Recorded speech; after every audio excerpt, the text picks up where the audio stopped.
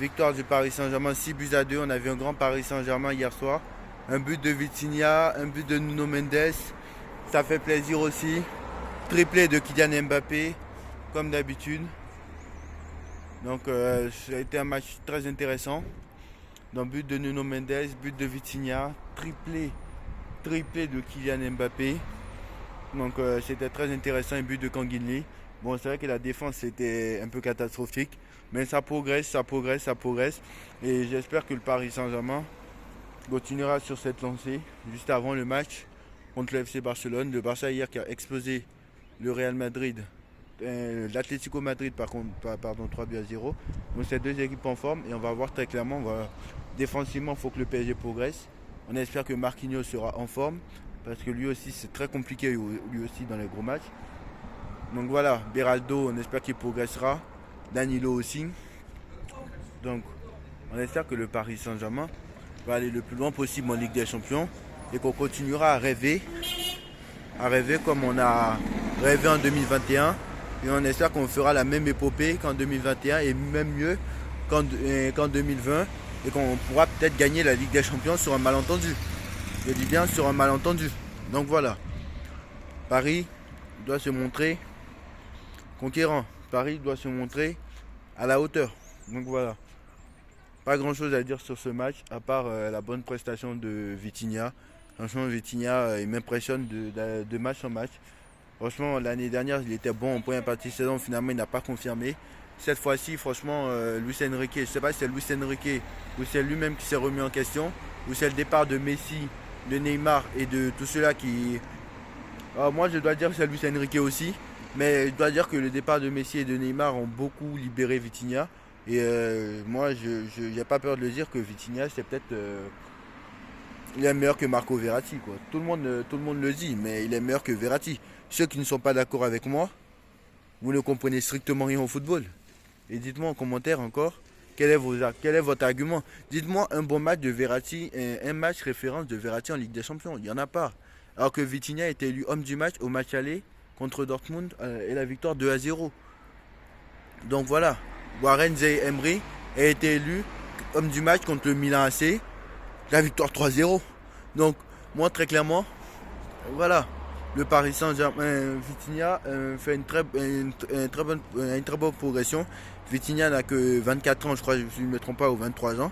Donc Vitinha est très jeune, donc Vitinha peut encore progresser. Voilà. J'ai trouvé une très bonne attaque, ça a continué de jouer, Bon, c'est vrai qu'à 2-0 on s'est un peu relâché, mais après on a déroulé. Donc c'est très très bien pour le Paris Saint-Germain, mais bon, défensivement il va falloir progresser. Donc voilà. Maintenant, voilà, pas grand chose à dire sur ce match, à part Luis Enrique qui continue à être pragmatique, qui continue à être pragmatique, concentré, toujours en train de faire les bons choix, etc. Donc ça c'est très très bien aussi. Voilà. Pas grand chose à dire sur ce match. Montpellier est déjà, pour moi, déjà une tête en Ligue 2. Un pied en Ligue 2, donc c'est déjà pas mal. Bon, même s'ils sont 14e et pas 17e. Donc voilà. Bon, je pense que pour le match contre le Barça, ça va être très compliqué quand même. Parce que le Barça a explosé l'Atlético 3 buts à 0. Donc ça va pas être facile. Mais bon, on sait que la trêve internationale c'est très compliqué. Il y a toujours des blessés à chaque trêve internationale. Donc on espère que ça ne sera pas de notre côté. Déjà pour commencer. Bon, je le souhaite à personne, hein, mais voilà. À l'heure actuelle, on peut se dire que voilà, pour le Bayern Arsenal, voilà. Ou pour le City Real, voilà. Bayern Arsenal, tout le monde dit que Bayern est favori parce que Arsenal, ça fait longtemps qu'ils n'ont pas joué en quart de finale et que le Bayern la joue tous les ans. Mais le Bayern s'est fait éliminer 3 fois d'affilée en quart de finale contre le PSG en 2021, contre Villarreal en 2022, contre City en 2023. Et peut-être qu'ils vont se faire éliminer parce qu'actuellement, Arsenal pour moi me paraît beaucoup plus fort dans le jeu que le Bayern de Munich. Mais le Bayern de Munich malheureusement a l'expérience, a l'avantage de l'expérience, donc ça va être compliqué. Pareil pour Manchester City. Manchester City, au niveau du jeu, me paraît plus rassurant que le Real. Mais le Real a l'avantage d'être le plus gros club du monde. Donc voilà. D'autres choses aussi. Donc voilà. Voilà ce qui va être très très dur. Donc très clairement, voilà, Lewandowski, ça va être compliqué contre le FC Barcelone. Donc voilà. Maintenant, j'aimerais parler Le Barça a explosé 3 buts à 0, donc là, il n'y a rien à dire. Très clairement, ça va être très difficile. Mais voilà. Mais moi, j'aimerais parler de l'arbitrage et les gens qui commentent les vidéos. Parce que ceux qui ont commenté la dernière fois, parce que je savais que la dernière fois, quand j'avais fait la vidéo du débrief Real Leipzig sur l'arbitrage, tout le monde allait dire il sait rien, va t'occuper de ton club sans histoire, etc., etc. Essaye de gagner une Ligue des Champions. Je dis, vous qui critiquez, comme vous savez, ou beaucoup d'entre vous ne saviez pas parce que vous en foutez tellement et que vous regardez 30 secondes la vidéo, vous savez qu'on a les stats des vidéos. Hein. Tous ceux qui regardent les vidéos, on regarde la durée, il y a la durée moyenne de visionnage. Mais avec la durée moyenne de visionnage, on sait très bien que vous qui regardez, déjà que vous êtes très peu à regarder les vidéos déjà pour commencer. Alors ça, moi j'oblige personne à regarder les vidéos, hein. Ça c'est une fête. Hein. Mais vous qui critiquez, en fait vous qui critiquez, vous regardez, si la vidéo dure 10 minutes, vous regardez 30 secondes. Si la vidéo dure 10 minutes, vous regardez même pas 2 minutes. Et vous osez critiquer moi qui parle de l'arbitrage.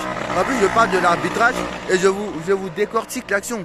Donc ceux qui n'ont pas compris, non seulement vous allez aller re-regarder le débrief de mercredi et de la dernière fois en entier, mais en plus de ça, vous allez m'écouter.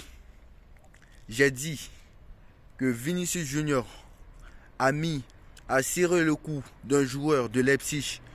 D'ailleurs, même c'est ce que j'ai mis en miniature de la vidéo. A serré le cou d'un joueur de Leipzig.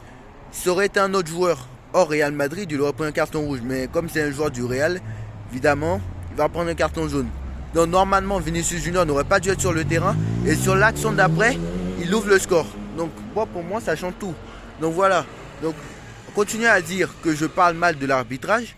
Donc ceux qui continuent à dire que je parle mal de l'arbitrage, déjà regardez cette vidéo déjà. Regardez la vidéo que j'ai faite le lendemain de Real Leipzig, du match retour. Regardez cette vidéo là. Je crois que c'était le 5 mars ou c'était le 5 mars ou le 6 mars ou je sais pas, le 7 mars. Donc regardez le débrief du match retour contre du Real Leipzig et regardez encore la vidéo en entier. Parce que ceux qui critiquent, vous ne regardez pas les vidéos en entier. On a les stats des vidéos.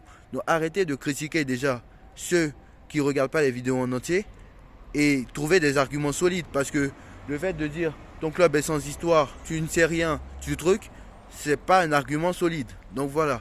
Moi, c'est le petit coup de gueule que je voulais passer aujourd'hui. Donc voilà. Dites-moi en commentaire ce que vous en pensez.